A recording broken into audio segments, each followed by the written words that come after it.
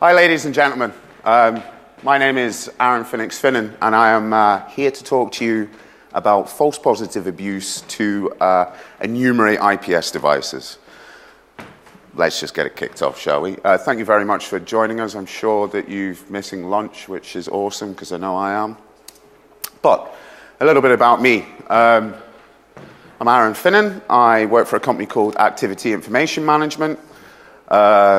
And I do research. I've been an independent researcher for a couple of years, and I have, in the past year or 2 years, been sort of focused specifically on IDS and IPS, but not as a vendor, but as a breaker, and understanding how this technology sucks, because most people will agree it sucks. The corporate spiel bit, you can come and see us at Activity. I'm a podcaster as well. You can get the podcast at phoenix.co.uk. We haven't done it for a while, but hey-ho. If you want to connect on LinkedIn, please do. Just give me a heads up that I met you here, or you were here and you wanted to talk, rather. Or please don't tell me you're a recruiter, because I'll probably block it. And I'm on Twitter, so there we go. So what I wanted to share with you today is that false positives are an event. And events in IDS and IPS cause reactions. Whatever happens at the end is down to the box, but you know, an event gets passed along, that's a reaction. And every reaction has some form of meaning. So the takeaway from today is that what I hope you'll walk away with is that IPSs will react to events. I know this sounds kind of like the stating the obvious, but your device, your security device, will look at an event. False positives, they do have meaning. They're either a pain in your ass or someone's up to something. Okay?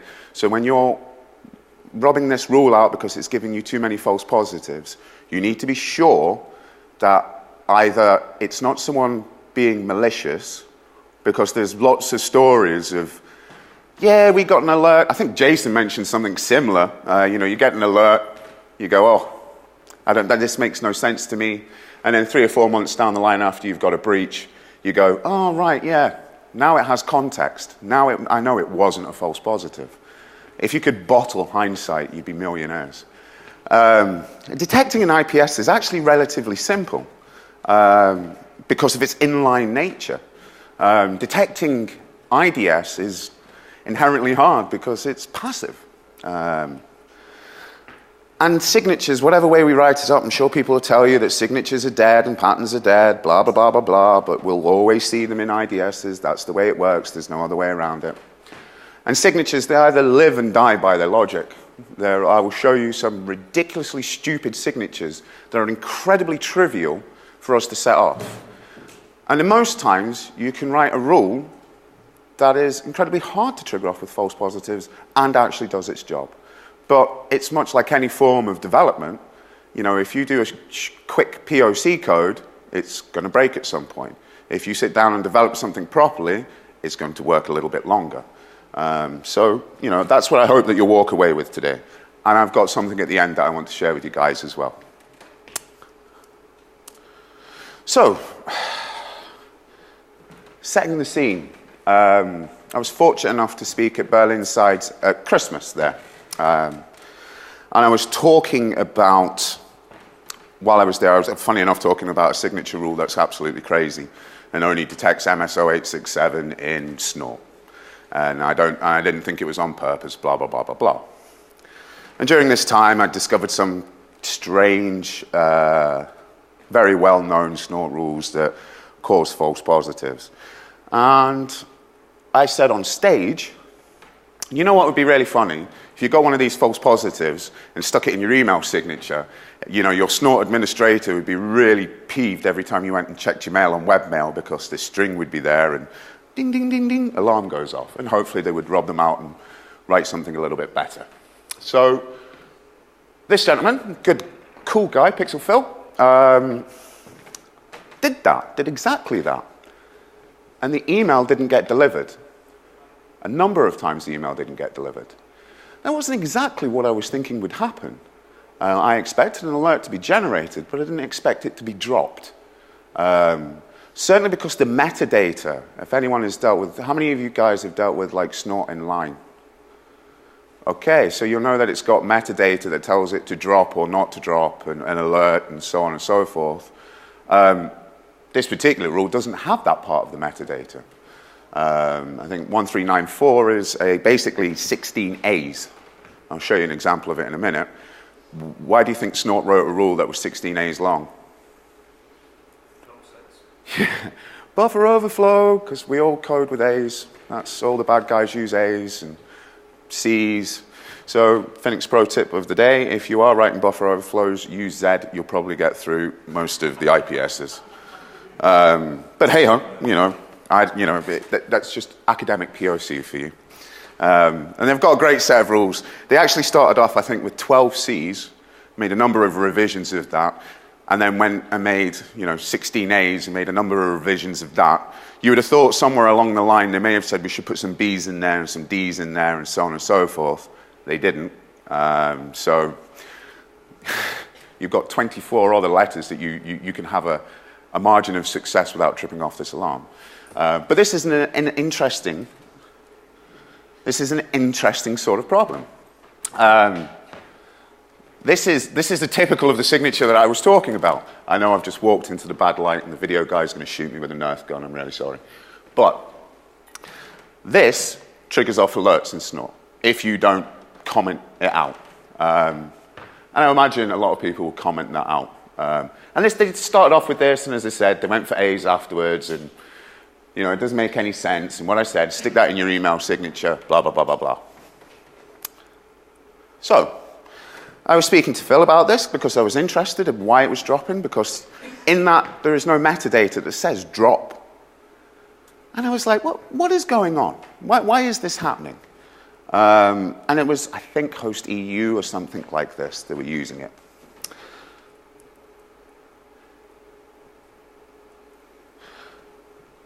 And it kind of left me thinking for a while.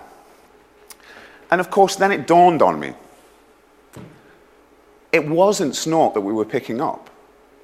It was Claim AV. They used the same rule set as Snort. We, by inherently triggering off a false positive to be an annoyance, learned that host EU uses Claim AV. Well, all that IDS evasion stuff we've been doing for years suddenly becomes interesting because now we know what sort of things that we can do either to annoy a company or to evade certain things. And evasion's a cool thing, in my opinion, but I'm kind of free. So as I said, we came to the conclusion that we hadn't picked up Snort, we hadn't generated a false positive. What we'd done is we generated a false positive in Claim AV. Now you can make some argument, is it really a false positive if you purposely are sending data? I think it all depends on your context and where you see you're coming from in this. And as I say, what we did is we enumerated a signature. And I do think that it's hard in its own right to enumerate an IPS this way, but I do think enumerating the signatures is a key indicator. You don't actually have to enumerate the IPS, you just need to enumerate how the IPS understands the event. And once you can do that, you can hack your way through it, if the signatures allow you to. So, where we can see, you can see how, in essence, that with a couple of emails, we used a number of ways of detecting IPSs. As an independent guy, I only just started for my company about 2.5 months ago. So as you can imagine, as an independent guy, you can't really call up many commercial IDS and IPS vendors and say, excuse me, can I get a copy of your device? I want to play some hacking with it. No one wants to speak to you. So most of the stuff that I've looked at is open sourced. But, how many of you deal with IDSs and IPSs? And false positives, how much do they annoy you? How many do you probably deal with on a regular occasion? It's an interesting question, actually. I'm sorry about this, but how much man-hours do you think your company wastes tracking down false positives? I get to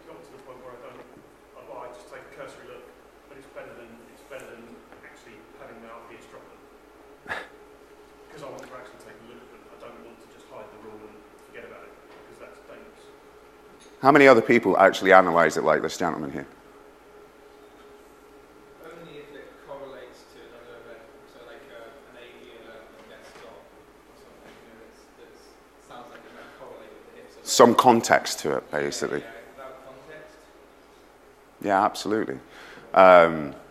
I mean, the use of false positives is an interesting thing. I mean, it's not an unknown attack. I mean, as an attack vector, the idea there is that you piss the guy off to the point where he goes, bloody hell, that shellcode's that bloody SID 1394 again.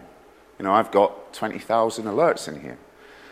Interestingly enough, a little POC just for shits and giggles, I made a Firefox add-on. Well, no, I used a Firefox add-on, a user agent add-on, but I made all the user agent strings the false positives. So every URI request would generate a false positive.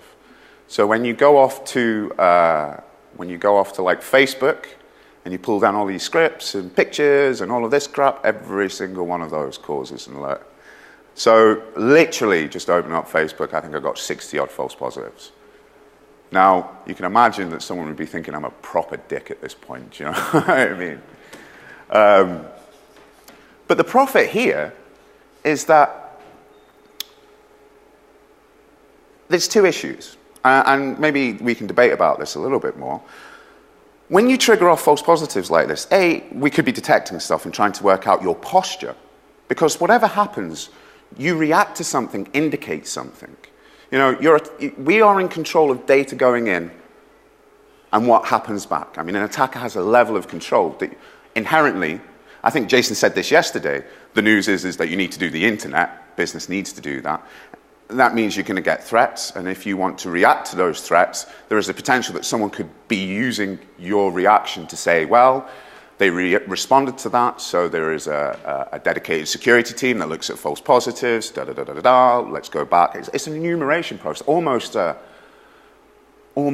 fact-finding mission. But the interesting thing is it's never going to be passive. It's always going to be active, because we have to send something to react. Someone once said to me about this sort of stuff, saying, well, what you really need is you need to be able to attach the IDS system into a debugger and get what's happening in memory and look at the rule this way and look at the rule that way. And I said, well, you know, that's really nice, but that's a programmer's way of seeing the problem. The reality of it is I know what I'm putting into the IDS, and I know what's reacting on the other end. And I can change that data, mix and match until it works. How many of you, when you see a threat, just block that IP address? You know, if you get like an alert pop up and, you know, say block, bump, done. A lot of people think that's actually what happens. It's never been my experience that, you know, you black hole an IP address, because for shits and giggles, we could just false positive the whole entire network, and you've got a CSO on the phone and a CEO, and no one's a happy chappy. But we can definitely, you can definitely start to see that we can see what's going on with people. And I've got some examples, nothing massive, but this is the user agent that I was talking about. And what I did is I went through Snort's, only Snort shellcode alert, because they're very easy to generate. And how the rule for SID 139 or SID 1394 works is it's any IP, any traffic from any IP address from the home network to the external network, right? So any traffic on any port, email, blah, blah, blah, blah, blah, blah. We can even send this over NetBIOS, all the A's, it's going to trigger off a false positive, da, da, da, da, da. And as I said, in inline mode, what we started to notice is that after 1390 and 1394, it's been a while to do some new shellcode alert stuff. And in the metadata, it starts to talk about dropping a connection. So what we did is you can use a user agent, connect to something, or an email, connect to, not if claim AV's in there, by the way, send an ordinary email and then all the C's, because that just drops everything, just doesn't send anything. And you can, I'll show you some lists of things, and I'll show you what I mean. Here we go. Most of these will make your IPS drop. Okay? If you run all the A's and all the C's, that the metadata doesn't have a drop in it. So I'm sure most of you can see what I'm thinking here now. That really, in an internal network, that alone, I can draw more information out about what's happening on. But you're damned if you do and damned if you don't, because you have to react. You can't not let anything happen. But how often are you going to see these sort of threats happen? But my fear is that most people are inherently getting pissed off with false positives and doing nothing about it. And I think there's some avenue for bad guys to do that. One of the main reasons that, certainly in papers that I've read about false positives, has been that false positives attack the very validity of the machine. That you start to lose trust in your detection system as an administrator, but also, can you imagine going to court and saying, well, we had 4 million false positives and an attack in there? A defense lawyer is going to say, well, you had all of these. What's all of these in your logs? Well, you know, they were false positives. How do you know then this was a true attack? Well, we did this, we did this, we did this. You know, I can imagine that the defense lawyers can have a little bit of a play around with that situation.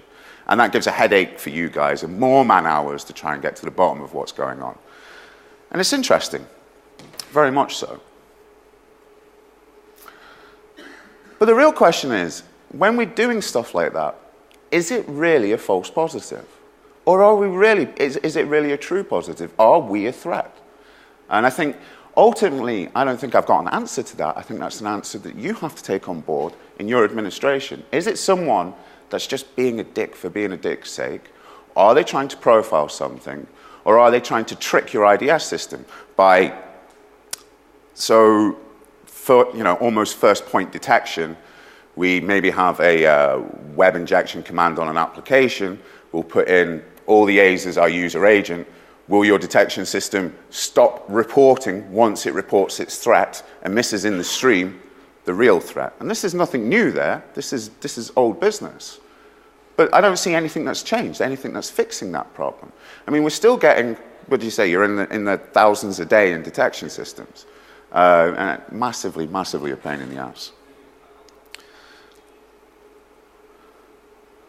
And by profiling the response to threats, as I say, we can tell if it's a mom and pop store running Claim AV or if it's a full integrated team. And I suppose we can call this almost reaction leakage, because you may not know that what you're doing is being profiled.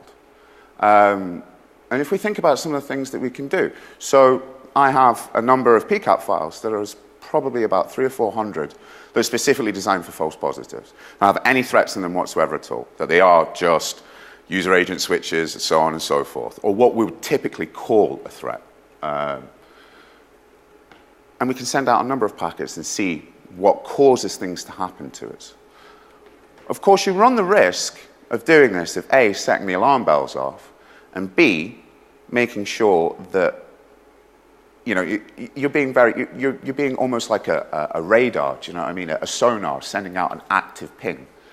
And this is, I think what I'm trying to get across to people is that false positives are a pain in your life, but they don't necessarily mean that there isn't an attack going on. It's just that they don't have any context to you right now. You can only detect what you know.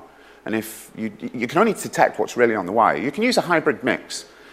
But in situations like this, what would that be reporting to you? Your host intrusion detection system isn't going to report that there's a buffer overflow going on in a web browser. It might do, but you're collating a lot of logs to do that.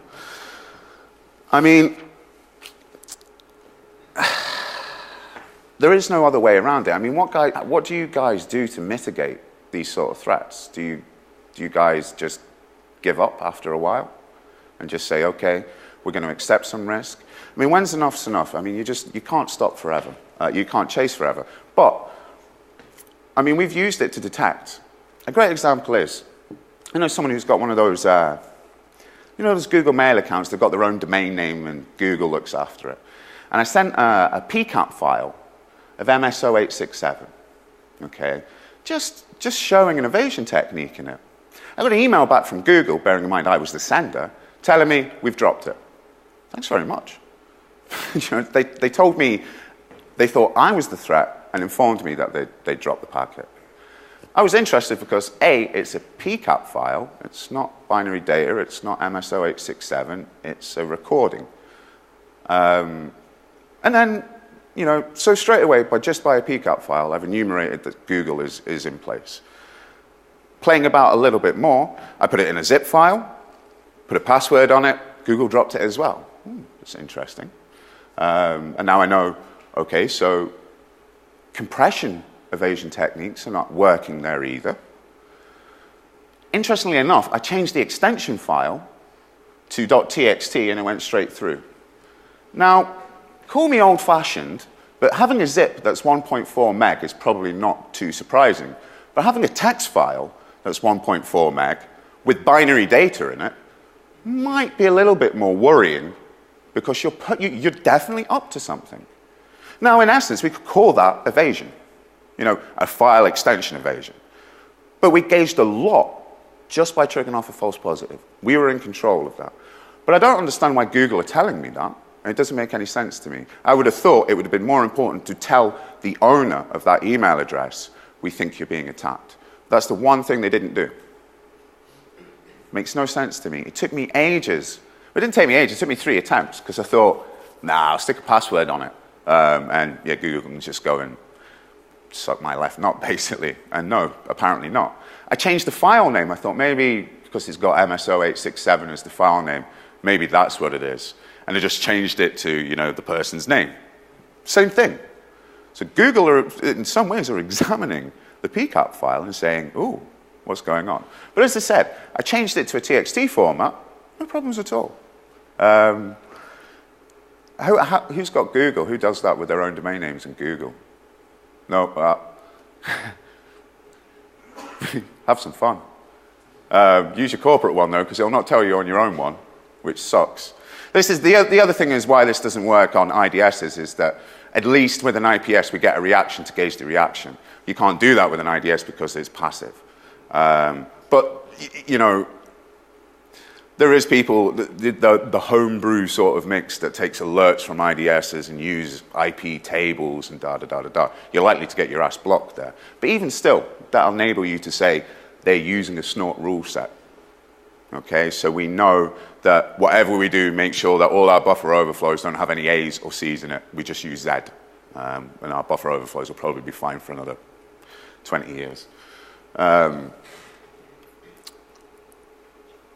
it is living with the pain of it. There's nothing we can do about it. I mean, you do have to kind of gauge where we're at and what we're trying to, you know, mitigate that risk. But there are some passive things that we can do, like detecting protocol normalization. That's pretty easy to do. There is in Snort, let me check, because I can give you the version when they started it, but in line mode in 2.90, they started to do protocol normalization with time to lives. And what will happen is if you have a time to live of, I think it's less than 5, it will rewrite the packet to be 8 as the TTL. So we can send out, you know, you can send out packets with TTLs of 4 or 5. You know, even UDP, listen out and see the response back. And say, oh, you've normalized the protocol. This is interesting. They've also started doing stuff with overlapping sequencing. So it's almost like using reassembly attacks, but reassembly as a form of enumeration. Does everyone know what I mean by reassembly attacks when I'm talking about IDSs? So a reassembly attack, for people who are not too sure, different stacks have different ways of dealing with packets out of order and out of sequence. Unix systems will favor, I think it was old over new, and Windows would enumerate new. Windows would take new over old packets. So when we send a stream and we overlap with another packet later on, which data takes precedence in the packet? Is it the old or is it new? Surprise, surprise, Linux and Windows does it completely different. And it born these whole load of evasion techniques for ages. And they're all really cool. Frag root, has any of you guys heard of that tool? There's a load of evasions in there. I'd only recently realized that they've actually started to port that into TCP replay, I think, which is absolutely awesome. Because I had nothing but nightmare nowadays trying to get this to work on Ubuntu, it just seg faults and everything. We had to actually break the code and break the reporting to get frag routing to work, and it's just like, So I was a little bit peeved, but like I say, I've read in the notes that apparently it's going into TCP replay, which is an awesome tool. But there again, we've got protocol normalization. We know that TTLs, we know that we can change things with this. I think it's very cool as well. Now, I've dedicated probably a little bit of my talk to something else that I'm working on. So if you have lots of questions, I've got lots of sort of boring, I know that you're not all IPS guys. I've got lots of data that you can email me for and PCAP files that I can give you and little applications that we've put together that you can go and test this stuff. Because as I say, how many of you use commercial IPS systems? Cool. I would like to see, I'd really like to kind of, because I don't get to play with, I'm starting to get to play with them more now, which is now I've grown up. So yeah, do get in contact. But what I'm going to do is I'm going to conclude on this, but I'm going to talk about something I'm working on. And I think you guys will probably be a little bit more interested. For anyone that listens to the show, I don't want to monopolize your time too much. But false positives need to factor into assessments. I don't know how many of you get regular IDS testing, you know, get an assessment about what's going on. But I doubt what's really annoyed me recently over the years is there doesn't seem to be a uniformed way of testing these systems. You know, how one pen tester will test and do an IDS assessment is completely different to how another tester will do it. I mean, one thing I'm pretty sure is you're not getting a ton of false positives happening. It's probably, let's do some freaky packet and let's see how it responds to this, and let's do this. And I don't see where the value in doing things like that is. But you need to look at false positives. Don't just ignore them. There is something going on that's inherently freaky. Not all false positives are false positives. Like I said, there's hundreds of stories where, you know, you got an alert, you tuned it out, and it actually turned out to be an attack going on, or data being sent out the network. Has anyone played with the Evader tool that was released recently? Does everyone know what I mean by Evader? Okay, Evader is a tool released by a company called Stonesoft, who happen to be an IPS vendor. And they released an IDS evasion or IPS evasion tool. And it's basically a lab setup of a virtual machine, a server and client sort of relationship. And it has a number of evasions in there. But it's a web control panel. It's a bit of a pain in the ass, and it's going to take you ages to go through them. But if you want to play with that, give us a shout, because I've got all the capture files, and you can just run that with TCP replay in half the time, or quarter of the time. But what I like about this issue, though, is they've got a default setting when they do TCP fragmentation that is set far too low. So, like, TCP segments are fragmented to like 8 bytes, guaranteed to set off an alarm, really. Snort has a threshold of 128. How many do you get? Lots of like TCP stream alerts? Yeah, because you just don't see segments being broken down to 8 bits. Do you know what I mean? You're like, definitely there's something not going right on there. You can, but their default setting is to 120, is to 8 bytes. So when you run it over Snort, it's all over it. Picks it up straight away. But Snort has a threshold of 128. But like I say, straight away, another level of enumeration that's easy for an attacker to actually do. If you've got some stream alerts, you'd think, well, there's something going on, but, you know, you wouldn't see it almost as a prelude to war, almost, you know what I mean? But they can also be used as an attack vector and not just an annoyance. So here's the one more thing moment. Recently, I've been speaking to a lot of people about IDS evasion techniques, and a lot of people about, you know, people come up to me quite regularly and ask me, how do I assess an IDS system? Is there an open source methodology? Is there a list of checks? Is there, and you know what the answer to this normally always is? No. That's quite worrying. If you were a web app guy and you wanted to test your web application, you have a ton of things that you can go and test, but you can't particularly do that so easily in IDS. And the question is, what do you test? How do you test it? Is there any uniformed response to that. So it's quite interesting. But what I've been doing is speaking to people about it. And a lot of people seem to tell me, I'm getting a lot of information back. So it's not just people who are being asked to, in their business profession, asked to find out, we want to buy a solution, which solution do you think is best? That's always a question that I hate being asked as well. If you were going to buy one, what would you buy? Don't know. Depends what you want to do, depends how you want to do it, blah, blah, blah, blah, blah. And a lot of people tell me why they sort of hate the IDS and IPS industry. Basically, it seems to be spin, spin, and spin. I think the more people are upset with being told that it has app-day protection and detects all the 0 days and its throughput is full duplex and it can handle 10,000 connections simultaneously and blah, blah, blah, blah, blah, blah, blah, blah, blah. Well, all you're trying to do is say, what does it actually detect? What's its detection rates? If I fire 100 PCAP files of it with 100 backdoors from packet storm, are you going to detect 100? And then the answer is normally always no. I mean, NSS make a living by doing that, basically. So, that being said, the knock-on effect is that we all think that IPS, IDS is dead.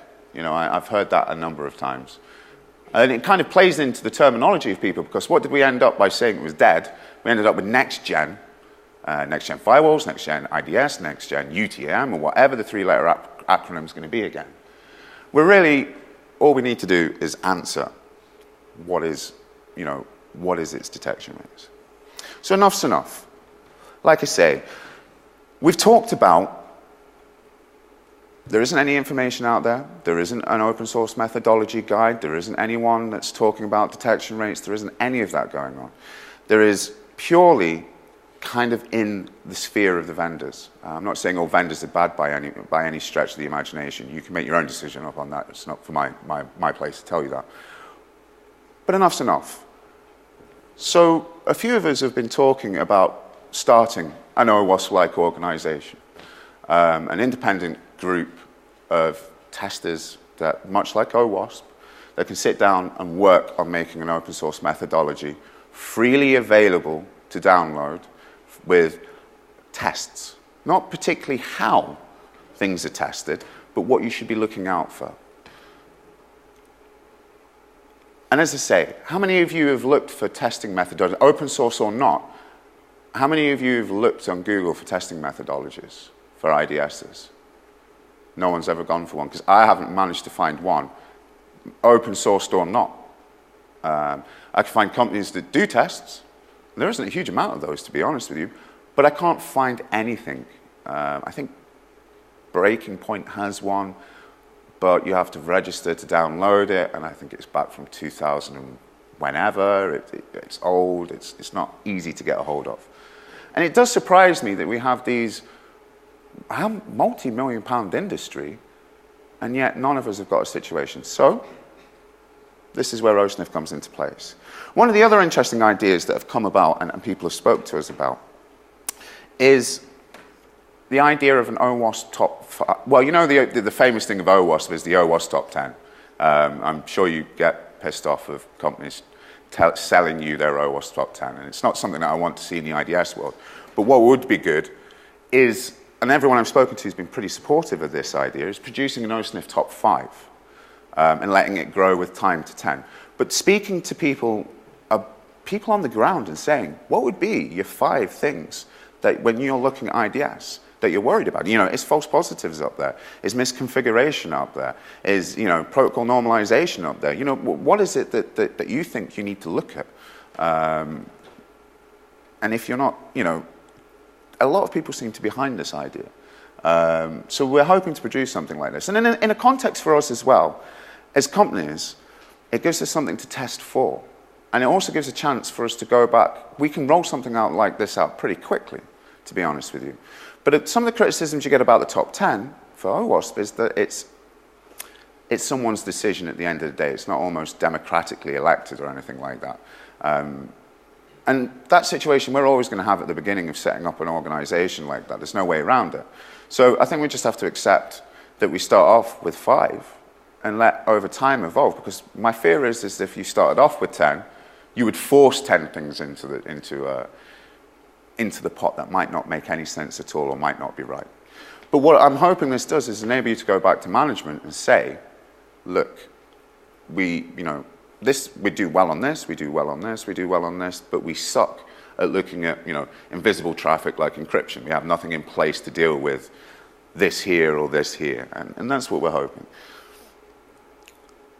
A lot of people have also spoken to me about pre-deployment checklists. Think of like a risk assessment of sort, where we can, it seems to me that, sorry, I'm awful dry mouth, and it has been, everyone I've spoken to 10 or 15 people that are either testers, looking after them, or developers of IDS systems and IPS systems, and all of them put misconfiguration as nearly their top thing. And I've talked to them and said about, what about if we wrote something like a risk assessment? I know it's a bad term, but, something saying, look, we need to, before we deploy this technology, we need to actually decide what it is that we're trying to do. And I don't think we see that. I think we see in a compliance, I think we get put into compliance circles. Like, right, compliance has said that we need to have this in place by this date. Which one do we go for? They're on our approved vendors list. Boom. I've heard horror stories of IDSs and IPSs being put in between two encrypted endpoints, and they're very, very happy because they get no false positives. They don't get any true positives either because they can't see anything. It's two encrypted endpoints sitting in the middle of it.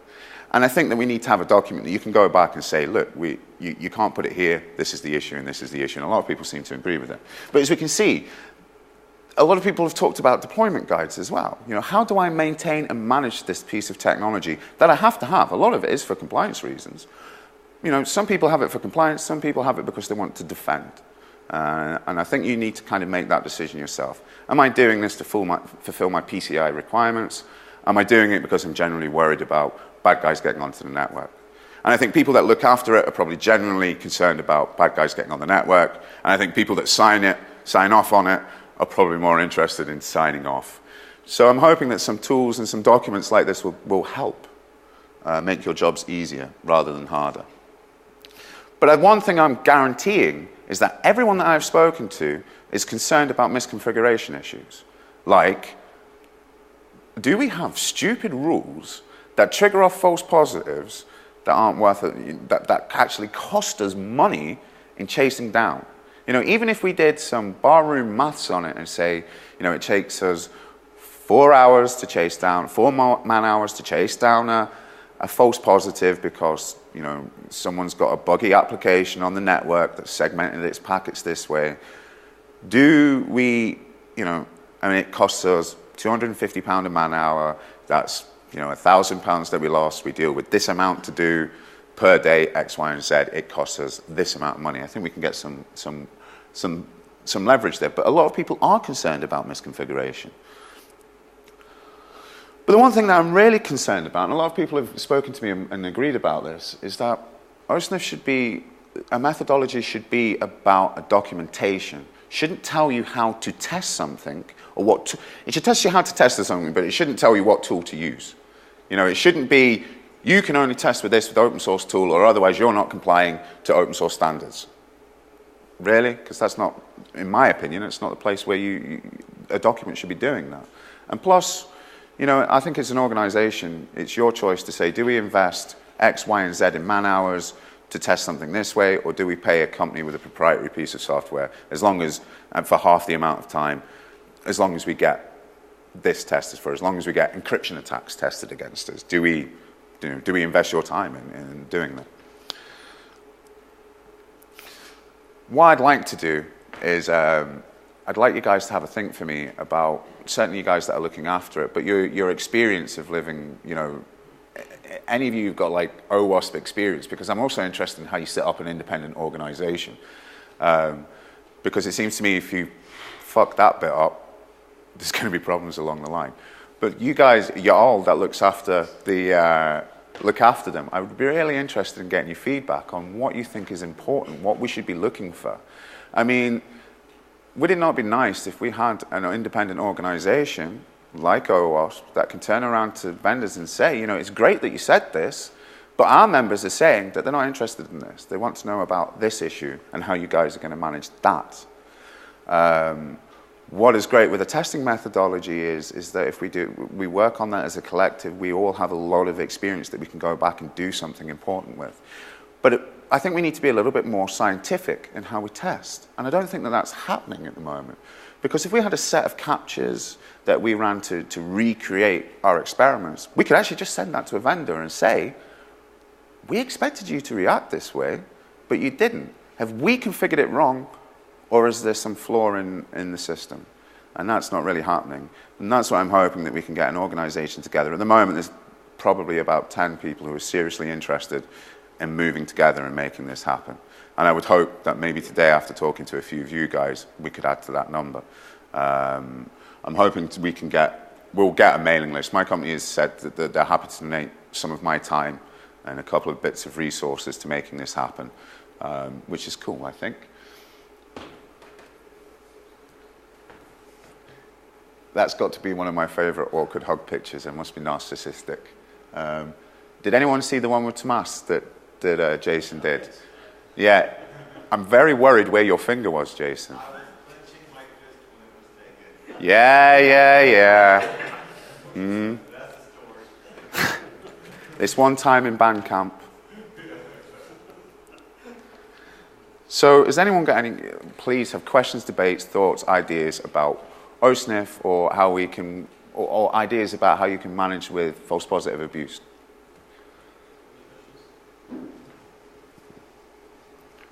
So I did leave 15 minutes for questions. We could all just go to the pub if you wanted.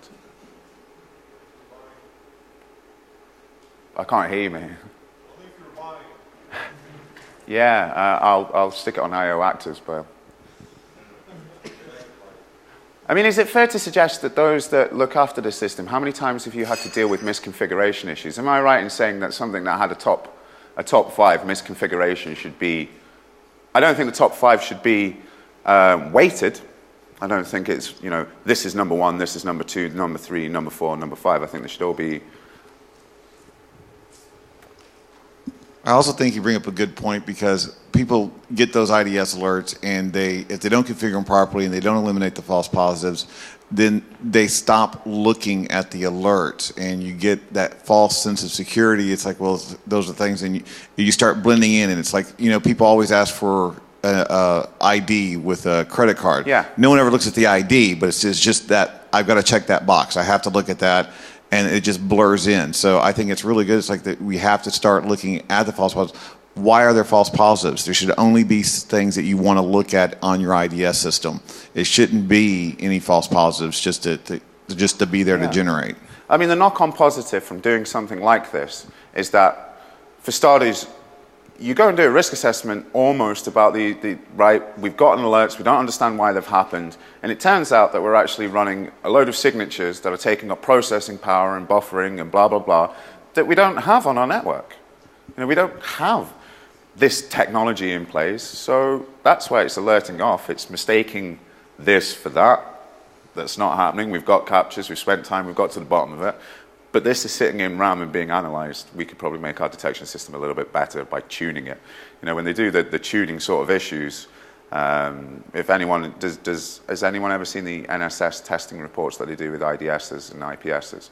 They take 10 of the top sort of vendors and sell a report.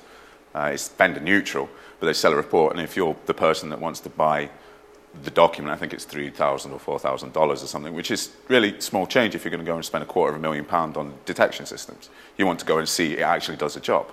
But most of those only get 28 to 29 as a top performer. When they bring in their engineers and they tune them up, they go up to 98%. I mean, there's a straight benefit of actually testing these things and putting them, you know, making your job better. I mean, is it, when you find that you're doing signature updates, is it the new updates that cause the majority of false positives for you, or is it old stuff doing it?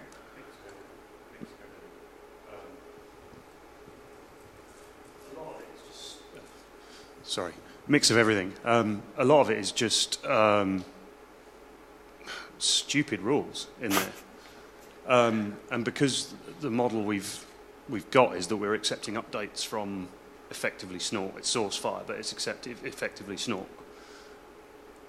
There's just stuff in there that is causing problems, is causing alerts, and all I can do is look at the IP address and go, well, that's an internal one, that's an internal one, it ain't attacking us, bomb, go away. I was supposed to do a speed talk yesterday, a turbo talk.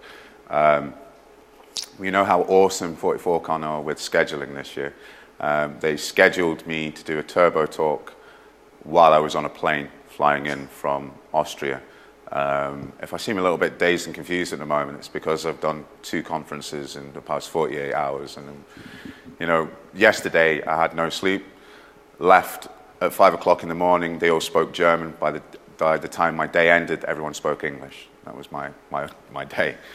And I managed to get 6 or 7 hours sleep. But I was supposed to do a talk called the butthead evasion technique. And for shits and giggles, it's supposed to be called that. It's basically about, there's a really stupid Snort rule that is old. It's like, for an exploit that is like 2000, and it's Windows 98, Windows 2000 exploit, and it's RF Paralyzer. And it's just this little exploit that was caught in the wild. And you used to point it at a box, and it would reboot Windows 98. Boom. And a guy called Rainforest Puppy caught it in a wild and wrote a little proof of concept code for it. And he had a joke in his concept code saying, you know, X, Y, and Z would hate me because I've hard-coded the message from butthead in here. So what Snort did was, rather than write a rule or release a rule that detected a null fragment in the source field of this NetBIOS message, they used content and said, if you see a message from butthead with yep, trigger an alert. And that was a reverse engineered exploit by a known, you know, this was out in the wild. This wasn't like you found an exploit out in the wild. And secondly, you could just take his code, rewrite it to say Beavers, and whoa, you're straight through detection again. And hence, the butthead evasion technique, the dangers of character matching. But this shit's happening constantly. And there is a plethora of stupid rules. And I think you appreciate stupid rules when you chase false positives now. Because you're like, whoa. Do you ever subcontract work to decent signature developers? No. Cool. We just literally take what Snort gives us. And pray. Yeah. Is there any more questions? One more, if there's any. If you want to know more about OSNIF and get involved with it, please drop me a line. Come and grab a beer with me. It is something we're going to do. We might fall on our face. You know, it might be the most stupidest idea in the world, but at least we're doing something. And I think something like from what I can see, how people really want us to roll something out like this is top 5. A risk assessment document, deployment guide, then methodology. I think people want a methodology, but are not desperate in getting a methodology straight away. I think they just want something to test so they can go back and say, see, it is a pile of shit. Or, you know what, we were wrong. It does really well. But everyone, thank you very much for your time, and please enjoy the rest of 44Con. You've been awesome.